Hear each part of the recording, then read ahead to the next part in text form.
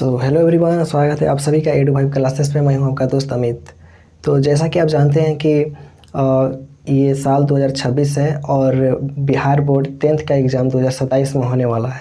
ठीक है, तो उसकी तैयारी को हमें अभी से क्या करना पड़ेगा, अभी से प्लानिंग बनाना पड़ेगा कि उसकी तैयारी हमें कैसे करनी है। अगर आप चाहते हैं कि आपके बोर्ड के एग्ज़ाम में 90 या 80% से ज़्यादा मार्क्स आएँ तो अभी से तैयारी करना बहुत ही ज़रूरी है, क्योंकि लास्ट के अंतिम 3-4 महीने में आदमी तैयारी नहीं सिर्फ रिवीजन कर सकता है।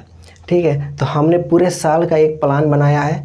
अगर आप हमारे साथ जुड़ते हैं, edu vibe classes bye Amit से जुड़ते हैं, तो आपकी तैयारी बिल्कुल एकदम जीरो से लेकर टॉप लेवल तक कराई जाएगी, यानी कि जीरो से लेके हीरो लेवल तक। डैट मीन्स यहाँ पे जो मेन बात है वो यह है कि अब बिहार बोर्ड का जो मुस्तकबिल है वो हम तय करेंगे। ठीक है, तो आइए देखते हैं कि बिहार बोर्ड के लिए एग्ज़ाम 2027 के लिए पूरी तरीके से तैयारी कैसे कर सकते हैं। आइए शुरू करते हैं। इसमें देखेंगे कि हम पूरे साल कैसे पढ़ाएंगे आपको और क्या क्या पढ़ाने वाले हैं और क्या क्या इसमें आपको मिलेगा।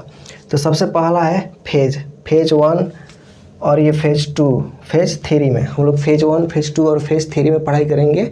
बिकॉज यहाँ पे देखिए सबसे पहले, और इसका टाइमिंग भी है और क्या पढ़ेंगे उस समय पे।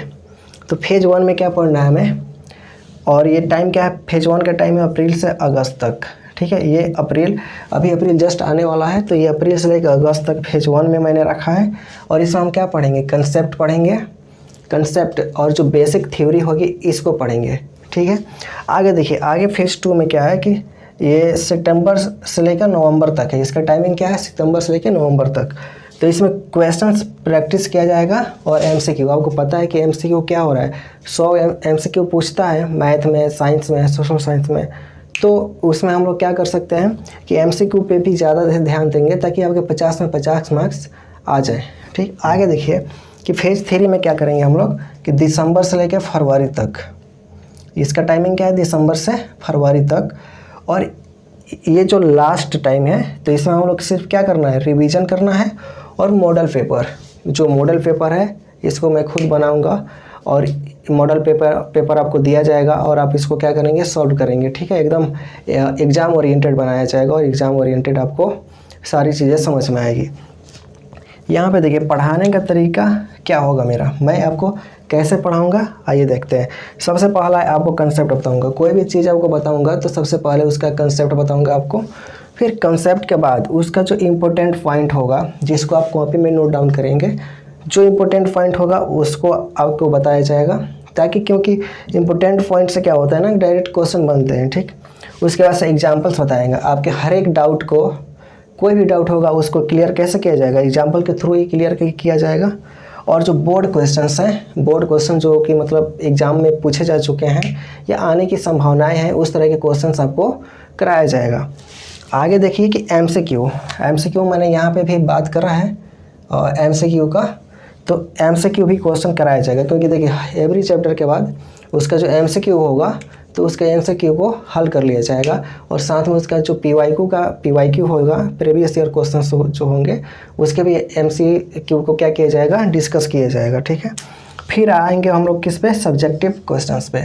तो सब्जेक्टिव क्वेश्चंस पे हम लोग आएंगे, और क्योंकि सब्जेक्टिव क्वेश्चंस का भी वेटेज बहुत ज़्यादा है तो इसलिए क्या करना है कि सब्जेक्टिव क्वेश्चन को भी ध्यान देना है और इसमें इसको याद भी रखना पड़ता है। ठीक है, 7 नंबर है यहाँ पे कि रिवीजन। देखिए पढ़िए, कितना भी पढ़ लीजिए, लेकिन सबसे मेन काम क्या है, उसका रिवीजन करना। ठीक है, जब तक आप रिवीजन नहीं कीजिएगा तब तक चीज़ें आपको क्या होगी, याद नहीं रहेगी। जब चीज़ें आपको याद नहीं रहेगी तो फिर एग्ज़ाम में क्या लिखेंगे, कुछ नहीं हो पाएगा फिर। तो पढ़ाई जितना ज़रूरी है उससे ज़्यादा ज़रूरी क्या है, रिवीजन है। बच्चे अक्सर यही गलती करते हैं कि रिवीजन नहीं करते हैं और आगे पढ़ते जाते हैं। उनका सिलेबस बोलते हैं सर से कि सर जल्दी सिलेबस ख़त्म कर दीजिए। ठीक है, सर को तो सिलेबस जल्दी ख़त्म कर देते हैं, लेकिन आप रिवीजन नहीं करते हैं तो आपका सिलेक्शन क्या, ये आप मतलब बोर्ड एग्ज़ाम में अच्छा नंबर नहीं ला पाते हैं। उसके बाद से मेन जो है ये टेस्ट है। आप पढ़ लिए, समझ लिए, चीज़ें याद कर लिए, अब आपको याद है कि नहीं याद है, कितना पता है कितना नहीं पता है, तो उसका एक बेसिक जरिया क्या है जानने का, टेस्ट है। ये सबसे मेन। अब बच्चे इससे क्या होते हैं कि डर जाते हैं, टेस्ट देना ही नहीं आता है, डर जाता है टेस्ट से कि मेरी बेइज्जती हो गई, इंसल्ट हो जाएगी मेरी। तो आपको क्या करना है कि टेस्ट में आपको भाग भी लेना है और जो टेस्ट करवाया जाएगा उसका आपको क्वालिटी देखना है कि कैसा है, ठीक है। एग्ज़ाम्स में आपके बहुत अच्छे नंबर्स आने वाले हैं। अब देखिए, रोज़ कितने घंटा पढ़ना है या पढ़ाना चाहिए, मतलब पढ़ना यहाँ पे पढ़ना चाहिए, ठीक है। मैं तो आपको 1-2 क्लास रोज़ प्रोवाइड करा दूंगा, लेकिन आपको कितना देर पढ़ना चाहिए इसको देख लेते हैं हम लोग। देखिए, मैथ 2 घंटा, मैथ आपको कितना घंटा पढ़ना है, 2 घंटा पढ़ना है। क्योंकि मैथ क्या है ना, सभी बच्चे बाकी सब सब्जेक्ट में अच्छे कर लेते हैं, लेकिन मैथ में क्या होता है उनका नंबर्स बहुत कम आता है। खासकर लड़कियों का मैंने देखा है, बहुत सारी लड़कियों के रिजल्ट की मैथ में उनका 30-31 नंबर ही आ पाता है, बाकी और सब्जेक्ट में थोड़ा अच्छा नंबर आता है। तो मैथ को 2 घंटे तक पढ़ा जाएगा, ठीक है। फिर साइंस को कितना, 2 घंटा, क्योंकि इसमें फिजिक्स, केमिस्ट्री और बायोलॉजी भी है, तो 2 घंटे इसको पढ़ना ज़रूरी है। क्योंकि इसमें याद रखना बहुत ज़्यादा पड़ता है, क्योंकि इसमें याद भी रखना है और साथ में क्या करना है, इसके MCQ भी है और ऑनलाइनर जो भी टॉपिक्स हैं, इंपॉर्टेंस पॉइंट है, उसको आपको भी क्या करना है, देखना है। फिर सोशल साइंस भी कितना देर पढ़ना है, 1 घंटा पढ़ेंगे आपको। हिंदी भी 1 घंटा पढ़ना है और इंग्लिश भी क्या पढ़ना है, 1 घंटा। बच्चे सोचते हैं कि इंग्लिश क्या है, इंग्लिश हमारी घर की भाषा है, ठीक है। तो लोग क्या करते हैं, हिंदी को, ठीक है, हिंदी को क्या करते हैं, नहीं पढ़ते हैं। अब बहुत सारे बच्चे क्या होते हैं कि हिंदी में भी फेल हो जाते हैं। और यहाँ पे एक संस्कृत है जो, ठीक है, जो बच्चे बहुत ज़्यादा अनदेखा कर देते हैं, इसको भी आपको कम से कम 30 से 60 मिनट क्या करना है, इसको पढ़ना है, ठीक है। तो ये रहा कि मैं आपको पूरे साल कैसे पढ़ाऊँगा, पढ़ाने का तरीका क्या होगा और आपको कितना देर पढ़ना है, ठीक है। तो देखिए, अगर आप बिहार बोर्ड में अगले साल अपीयर होने वाले हैं 10th के एग्ज़ाम देने के लिए, तो आप मेरे चैनल से जुड़ सकते हैं, ठीक है। इस चैनल पे आपको फ्री ऑफ कॉस्ट पढ़ाया जाएगा, आपको कहीं जाने आने की कोई ज़रूरत नहीं पड़ेगी, ठीक है। क्योंकि देखिए, आप कहीं जब कोचिंग जाते हैं तो वहाँ पे जाने में 1 घंटा 1.5 घंटा लग जाता है, फिर आने में 1-2 घंटा लग जाता है आपको।